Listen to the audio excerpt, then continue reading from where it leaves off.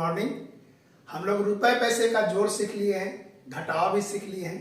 आज जानेंगे कि बाजार जाने पर हम जब सामान लेते हैं दुकान से तो दुकानदार एक रसीद देता है, तो उस रसीद को हम लोग कैसे देखेंगे कि रसीद सही है कि नहीं है। जैसे देखिए बोर्ड पर जो ये बनाया गया है ऐसा ही रसीद रहता है। सबसे ऊपर में रहेगा दुकान का नाम, जैसे यहाँ लिखा हुआ है राज जनरल स्टोर, समझ गए। दाहिने तरफ जिस दिन सामान लेंगे उस दिन का दिनांक लिखा रहेगा। बाएं साइड में रसीद का संख्या, यानी जो रसीद दे रहा है उसकी संख्या क्या है। तो ये 7वां रसीद है। और यहाँ देखिए M/S है, मेसर्स एंड मिस्टर, इसका अर्थ होता है यानी जिसके नाम से रसीद कटेगा, यानी हम सामान लिए तो मेरा नाम लिखेगा, तो ये नाम लिख दिया। उसके नीचे इस तरह का बना रहता है। सबसे पहले में रहता है क्रम संख्या, कि जितना सामान ले रहे हैं, 5 सामान लिए तो यहाँ पर 5, 1 2 3 4 5 रहेगा। हम यहाँ पर 3 सामान लिए हैं। अब यहाँ रहेगा सामान, कौन सामान लिए और उसका मात्रा, मात्रा मतलब कि कौन सामान कितना लिए हैं। यहां पर है दर, कि रेट क्या है और उसका मूल्य कितना हुआ ये लिखा रहा। और यहां शुरू में रहेगा रुपए और इधर रहेगा पैसे, ठीक है। देखिए 1 2 3 सामान लिया है। पहला सामान क्या लिया है, पेंसिल। कितना लिया है, 2 लिया है।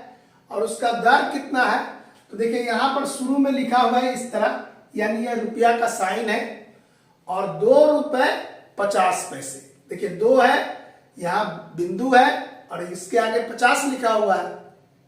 तो 2 रुपए 50 पैसे का दर है, किस चीज का, पेंसिल का। और कितना पेंसिल लिया है, 2 पेंसिल। तो 2 से इसमें गुना करेंगे, किसमें, जो दर रहेगा और जो मात्रा रहेगा। क्या याद रखना है कि रेट और उसका जो जितना आइटम वो लिया, जितना मात्रा लिया, तो उससे गुना कर देंगे। तो 2 रुपए 50 पैसे में 2 से गुना किए तो 5 रुपए हुआ। पैसा कुछ नहीं रहा तो पैसा में 0 लिख देंगे। ऐसे ही कलम, कलम का मात्रा कितना है, 3, यानी 3 कलम लिया और उसका दर क्या है, 7 रुपए 50 पैसे। तो उसका मूल्य हो गया 22 रुपए 50 पैसे। कहां से आया, तो 3 से गुना करेंगे 7 रुपए 50 पैसे में, तो इतना आया। अब कॉपी कितना लिया है, 5 कॉपी लिया है और उसका रेट कितना है, 10 रुपए। तो 10 में 5 से गुना करेंगे तो ये हुआ 50 रुपए। पैसा कुछ नहीं रहेगा तो यहाँ 0 लिख दिए। अब ये जोड़ेंगे तो देखिए ये जोड़े तो 50 पैसा हुआ और इसको 5 और 2 7, ये हुआ 5 और 2 7, यानी 77 रुपए 50 पैसे। अगर ये जोड़ सही है तो उतना दुकानदार को हम पैसा पेमेंट कर देंगे। आई बात समझ में। तो ये ऐसे रसीद बनेगा, दुकानदार आपको रसीद देगा, तो इस रसीद को हम लोग ऐसे चेक करते हैं कि रसीद सही है कि नहीं है। अगर हम दुकानदार हैं तो हम ऐसे रसीद बनाएंगे। सबसे पहले अपने दुकान का नाम लिखेंगे, उसके बाद दिनांक लिखेंगे। यहाँ जो रसीद संख्या है, मतलब कि 10 ग्राहक आया और 11वां आया तो यहाँ 11 होगा। जिसके नाम से रसीद, यानी जो सामान खरीदने आया है उसका नाम पूछ के यहाँ लिख देंगे। और तब जो जो सामान है उसको हम लिखते जाएंगे, उसका मात्रा लिखेंगे, उसका दर लिखेंगे। और दर और मात्रा लिखने के बाद इस मात्रा से दर में गुना करके यहाँ लिखेंगे और बाद में इस सब को क्या करेंगे, जोड़ देंगे।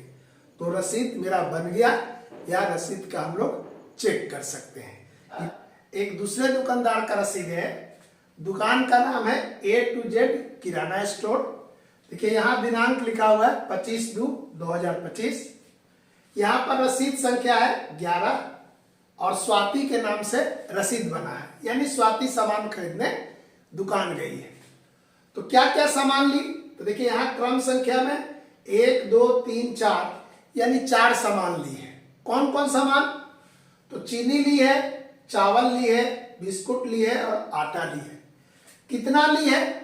तो चीनी ली है 2 kg, चावल ली है 10 kg, बिस्कुट 2 पैकेट और आटा 3 kg। इस सब का दर क्या है? तो यहां पर देखिए चीनी का दर है 42 रुपए और शून्य है, यानी कि पैसा नहीं है। यहां पर चावल का दर है 36 रुपए, बिस्कुट का दर है 10 रुपए 50 पैसे एक पैकेट का, और यहां पर आटा का दर है 42 रुपए। अब यह जो मात्रा है 2 kg में 42 से गुना हुआ, तो देखिए 2 दूनी 4, 4 दूनी 8, ये 84 रुपए। ऐसे ही 36 रुपए के दर से 10 kg का दाम हो गया 360 रुपए। 10 रुपए 50 पैसे के दर से बिस्कुट है, तो 2 पैकेट का दाम हुआ 21 रुपए और 3 kg आटा का दाम हो गया 126 रुपया। अब इसको देखिए जोड़ेंगे तो 4 और 1 5 और 6 11, हाथ में 1, 8 1 9 6 15 2 17 2 19, हाथ में 1, 3 1 4 और 1 5। कितना कुल हुआ? तो कुल हो गया 591 रुपए 0 पैसे। समझ गए रसीद कैसे बनता है और रसीद चेक कैसे करते हैं?